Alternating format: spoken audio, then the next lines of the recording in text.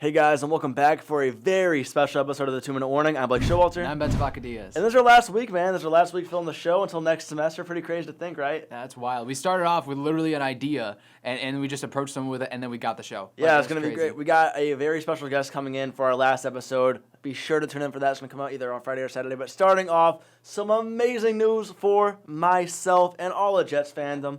Aaron Rodgers, for 40 days, officially a New York Jet in the gang green. Joe Douglas gets it done. Gave up a lot of draft capital. I think it was a fair trade. Some people think we're getting fleeced. But you know what? We have our quarterback, a Super Bowl winning quarterback, and a multi-MVP winning quarterback. I've always loved Aaron Rodgers. I'm super stoked for this.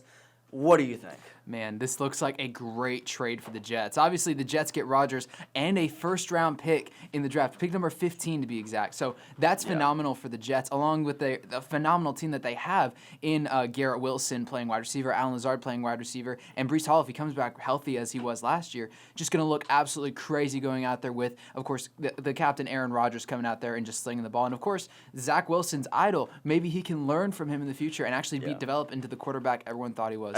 I'm just so stoked for that aspect as well. I think Zach Wilson will learn a ton from Aaron Rodgers just by watching him. It's not going to be a Jordan Love sort of deal where everybody expects Aaron Rodgers to mentor Jordan Love. It's going to be Zach Wilson sitting back, just watching how he plays the game, how he prepares for the game, and hopefully in 3 years, Zach Wilson's the guy. If not, so be it. We'll just win a couple of rings to Aaron Rodgers first. I'm already booking my ticket to Las Vegas, that is.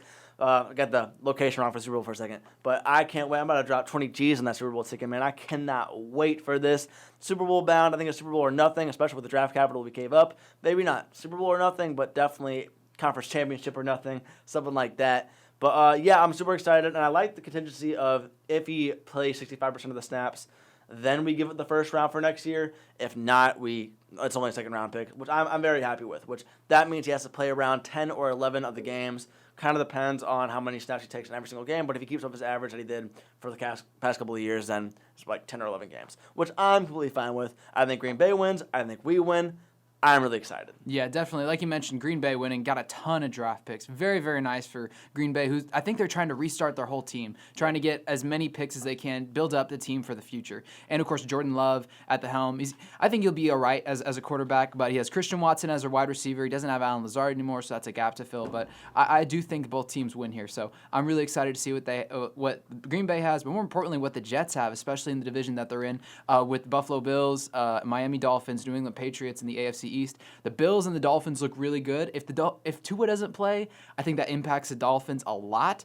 I think the Patriots also are kind of like a lot lower than the Jets, especially with Bill Belichick trying to rebuild this team. He could do it in the offseason. I think there's 31 teams in the NFL that are a lot lower than the Jets, to be honest. But you could be right about that. But I definitely think that they make playoffs. They're going to play very well this season. I'm super excited to see what this young team has with a veteran quarterback just captaining them throughout the season. Yeah, and then just real quick, just to go off what the trade details were. The Jets get Aaron Rodgers, pick number 15, and a fifth-round pick. That's number 170. The Packers get in return for that trade, pick number 13, so kind of a trade swap in the first round.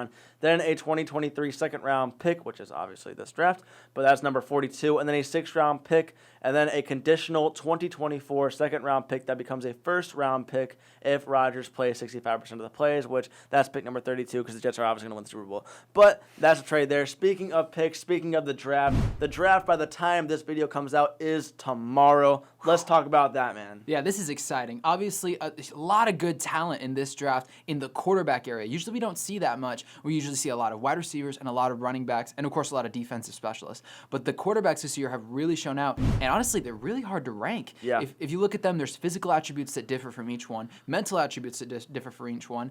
And it's really hard to pick, especially knowing the top two, the Carolina Panthers at the number 1 spot, and Indianapolis Colts both really need a good, solid quarterback for a long time. So Carolina Panthers have the number 1 pick. They really need a quarterback, and I don't think there's another option other than Bryce Young. I do think he's the smartest quarterback in the draft by a lot, as we were talking about earlier. Yeah, for sure. The IQ test that they do at the combine. The number 2 pick is projected to be C.J. Stroud for the Colts. Yeah, and you know what? I see that changing. I see him falling after you talk about the IQ test. C.J. Stroud did really poorly on that. Got a 16%. Yikes. Real big red flag. And the Texans already talked about possibly passing on a quarterback. Maybe that was just blowing smoke. But I think they pass on C.J. Stroud, especially after that. And also, we talk about QBs. You need greatness at QB. We've talked about it the past couple of weeks. You need greatness. And I think you can't take any risk if you're the Texans right now. And I think waiting a year, maybe waiting on Caleb Williams next year, maybe waiting on Drake May next year, that might be the answer for them. And I think C.J. Stroud right now, especially Will Levis as well, that's too big of a risk. I think Bryce Young is by far the safest pick, but even him, I have my concerns. But yeah, I don't see the Texans. I see the Texans possibly even trading that pick, to be honest. Yeah, I couldn't agree. I think one more quarterback to talk about and to look at is probably the most athletic quarterback in the draft. One of the most athletic quarterbacks ever. Just looking at him, how he performed at the Combine, Anthony Richardson from Florida. That guy is huge, and he can move like crazy. Love him. So Yep. it's really going to be interesting. He's projected to fall at number 5 to the Seattle Seahawks, but like you mentioned, with C.J. Stroud really tanking his IQ exam, I think Anthony Richardson could go over C.J. Stroud. I know C.J. Stroud is technically like the better quarterback, but Anthony Richardson, he's got an arm, he's big, he's fast, and he's someone who's very marketable. So I think that teams would jump on the chance to have him, even as a backup. So I think he could rise up higher than 5, but don't be surprised if he falls to Seahawks. One last point I want to make up with the draft. I think Anthony Richardson might go to the Colts, and here's why I say that. Their new head coach, Shane Steichen, totally butchered his name, my bad. Anyway, he was the offensive coordinator for the Eagles. Got Jalen Hurts to where he was for the Super Bowl. Very similar play styles, very similar builds. I think he might love to take on him as their next quarterback, that is Richardson, for the Colts. I think that'd be a great fit for them. But also, I mean, Steichen's also had Phillip Rivers as quarterback, so we really don't know. But I really think Richardson might go to the Colts. But moving on, we have Premier League, and to do that, we're going to bring on our very own, behind the camera, Jeffery Long. Take it away, Jeffrey. I don't know what to do. I don't know what to do anymore. I don't know what to do anymore. I really don't. 5 goals in 20 minutes! I don't think, I can't think of the other time that has happened. And to the 3 producers in this room, when was the last time that has happened? You don't know. I don't know, Jeffrey. You don't know? Maybe never.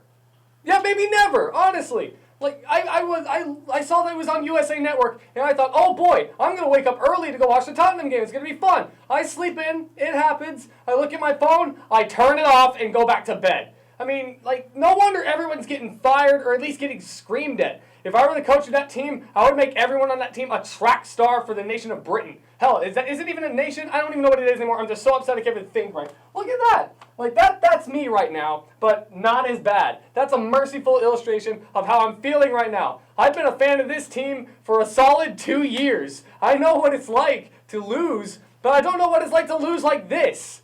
I mean, like, my country doesn't even watch this kind of football, and I'm upset. Like, you know, I'm going to therapy, guys.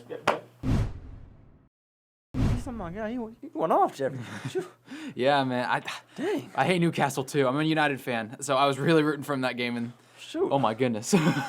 Moving on. All right. We have boxing. Let's quickly go over Ryan Garcia getting beaten, and I mean beaten by Tank, man. My God.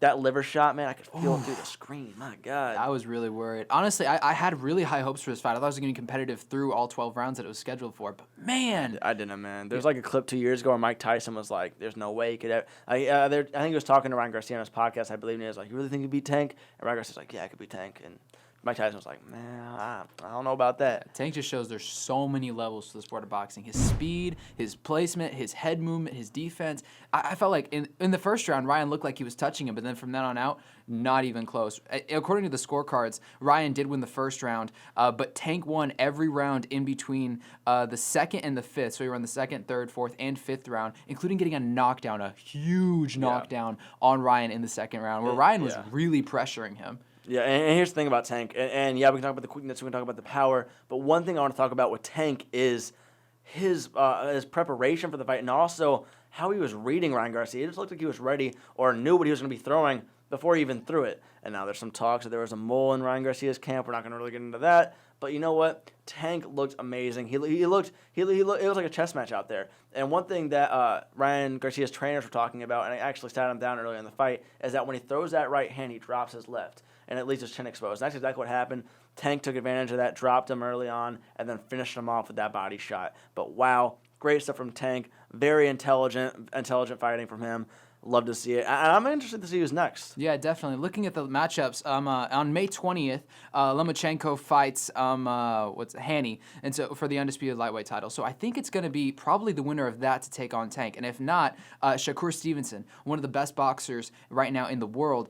He'd be a very good matchup, a similar speed, similar style, similar power to Tank, but there's a lot of good matchups. Maybe even a Ryan Garcia matchup later down the line if Ryan can rack up some wins. He needs time. He does definitely need time. Yeah. But there's a lot of good matchups happening in boxing right now, and I think Tank said it perfectly after after the fight and the post-fight interview. He is the face of boxing. I don't think there's anyone close to him, and I think he's going to keep on top for a very long time to come. Yeah, I think it's him and Canelo, but it's definitely him right now. And I hope it's Lomachenko who gets next. I'm kind of a Lomachenko fan, not going to lie. too. But moving on, we have the NBA, and Dillon Brooks. I mean, he's setting the bar real low, if you know what I mean. Hitting LeBron in the Netherlands over there, man. Oh, my God. Yeah, we're talking about that liver shot that Tank hit. Dillon Brooks not only did he have a bad game on the court, he had a bad game off the court. Like the Lakers media was roasting him. The graphic that they put up there was absolutely hilarious, comparing his career stats with Bron's. We can't really use choice of words on this program since we are a school newspaper, but bro is a goofball, my guy. Oh my God, the big glasses, the chain, talking all that smoke coming in the playoffs, saying, "Oh, I don't trust I don't respect anybody that drops 40 on me." Bro, come on, Dillon, bro, come on now. Like, you have not proven yourself at all in this league. The only thing you are acknowledged for is because you talked to Shannon Sharp and was chirping at Shannon Sharp. Like, come on. That's about it. Besides that, you done nothing. Yeah, and the Lakers lead the series 2-1.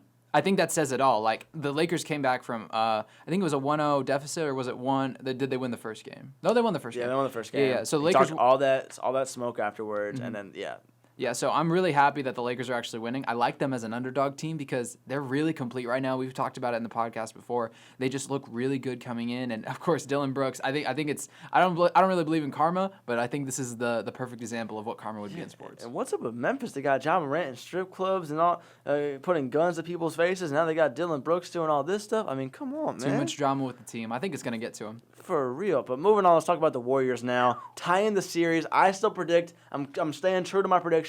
Warriors in 6. I think they're going to keep on winning. I think it's going to. That's my prediction for that. But what do you think? The last game they won by 1 point. Razor thin, close game. It's Great game. Been close all series. Yeah, for real. But if you look at the teams here, like Steph Curry in that last game, he had 32 points. Jordan Poole, 22 points. Klay Thompson, 26 points. Andrew Wiggins, 18 points. Great performance from the starting 5. And if you look at the Kings, they weren't too shabby either. But I think the biggest thing to talk about going into this next game, De'Aaron Fox. Yeah, man. Broken index finger on his left hand. And he's questionable. If he doesn't play, oh my goodness. That's why I think Warriors in 6, man. And I think Malik Monk will have a big game, but also they're a tandem, man. They are really, really good together. That team is just not the same without De'Aaron Fox. He's been playing out of his mind, been playing really, really well. And I think the biggest thing is his defense on Steph has been really, really impressive.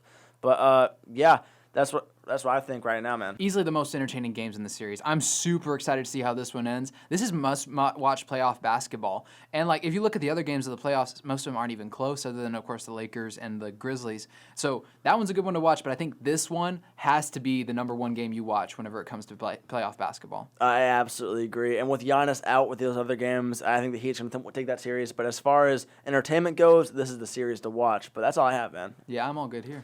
Well, man, this is our last episode for Pro Sports. Next time, again, special guest, but I'm Blake Showalter. And I'm Beto Vacadillas. Thanks so much for tuning in, guys. Thanks so much for tuning into our Pro Sports episodes all semester long. Hope to see you guys next semester. See you guys next time.